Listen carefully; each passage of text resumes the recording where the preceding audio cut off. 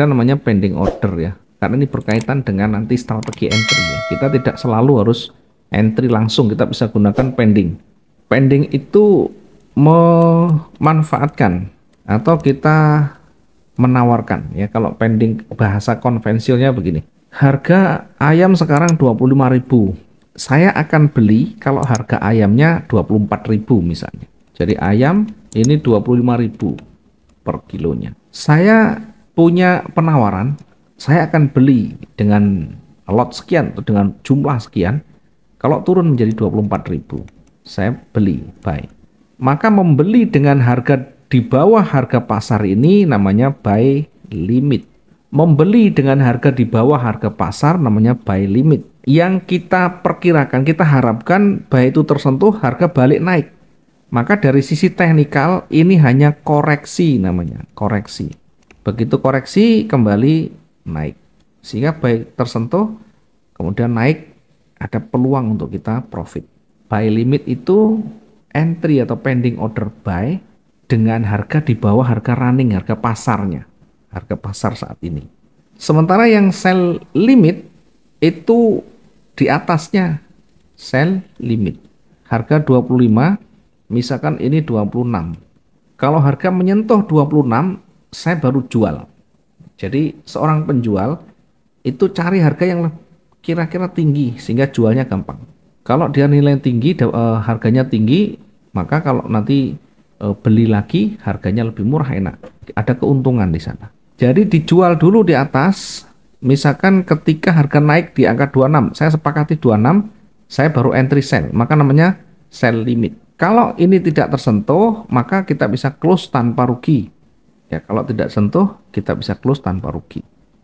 Jadi sell limit itu apa? Sell limit itu pending order sell dengan harga di atas harga running, harga marketnya saat ini.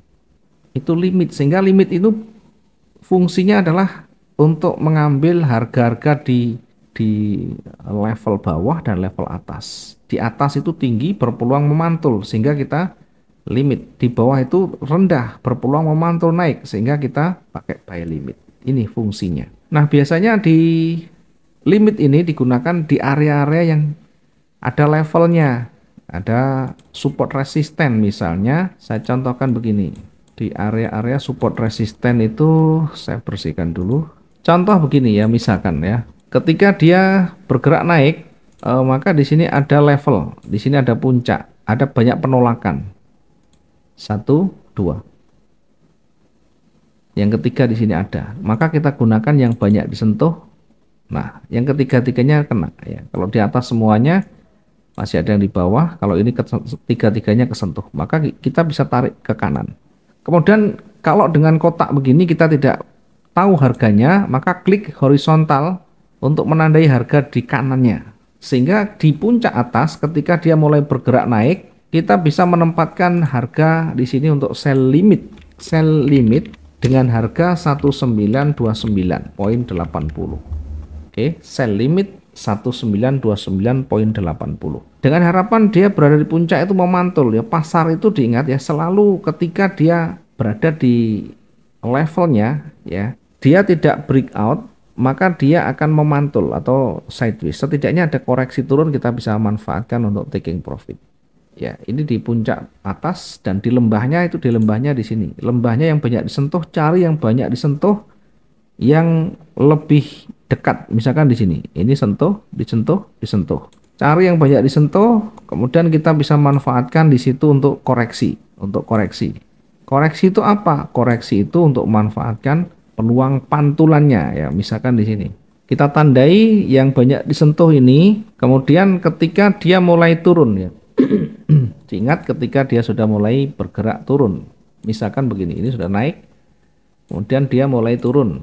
Nah, mulai turun, maka di harga ini kita bisa pending order buy limit. Buy limit. Dengan harga mana? 1920.82. Sehingga ketika dia tersentuh, kemudian harga naik, maka kita dapat untung, dapat keuntungan.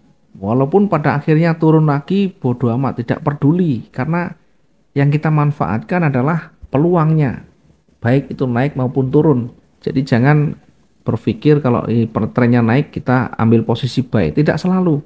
Kita bisa manfaatkan peluang sell yang kecilnya. Yang penting kita bisa taking profit. Di sini kita kalau entry buy ya buy limit, maka tersentuh dan naik. Nah, naik itu sampai di atas sudah ribuan. Bahkan target kita hanya 500 sampai 700 itu sudah terlewati. Sangat terlewati ya. Satu candle selesai kita untung. Nah, bagaimana ketika kita sudah tutup posisi ternyata naik? Ya biar saja. Karena kita tidak tahu pasti dia naik sampai di mana. Yang penting kita entry, target kita sudah terpenuhi, selesai sudah. Jangan berpikir nanti, oh ini sampai di atas, harusnya saya tidak tutup tadi. Harusnya tidak tutup. Karena kita tidak tahu, tidak usah berspekulasi sampai di atas, sampai di atas, tidak usah. Seberapa target kita, itulah belajar kita disiplin. Andaikan ini bisa naik, kita tahu pergerakan itu sampai di sini, dan jamnya ini ketemu, enak sekali. Tidak perlu kita susah-susah pagi itu analisa, cukup kita tahu jamnya, entry buy di situ nanti lotnya perbesar, ya, lot 10, 20 kalau tahu. Masalahnya kalau tahu semuanya seperti itu, siapa mau bayar? Nah, semuanya kan untung. Tidak ada yang mau bayar kalau untung semua. Karena pasar itu dipengaruhi oleh permintaan dan penawaran, tidak bisa diatur begitu. Minimal kita ada rencana. Entry itu di situ, kemudian exitnya sudah kita tentukan kira-kira sejauh mana. Nah, ini adalah pending limit. Kalau sell itu ya sama di area levelnya kita taruh menjauh. Ya, kalau sell misalkan di bawah ada level, kita taruh menjauh. Ini levelnya kasih jarak. Ya, dikasih jarak di bawahnya gitu ya. Nah, ini ada level, banyak level, taruh di bawahnya untuk sell stop. Stop itu dari sisi teknikal dia berpeluang lanjut, sell stop. Bagaimana kita bisa tahu melihat itu akan berpotensi lanjut? Dari break levelnya. Levelnya di sini kita taruh di bawahnya. Sehingga ketika dia bergerak turun ada peluang dia bergerak lanjut. Sehingga setidaknya begitu tersentuh target itu bisa kita dapatkan ya. Apakah 300 atau 500 sesuaikan dengan sistem yang kita gunakan atau aturan main kita lah. Oke, itu pending order. Nanti ada kaitannya dengan analisa. Baik, setiap pagi juga kita memberikan analisa dan petunjuk ya. Contohnya hari ini misalkan ya.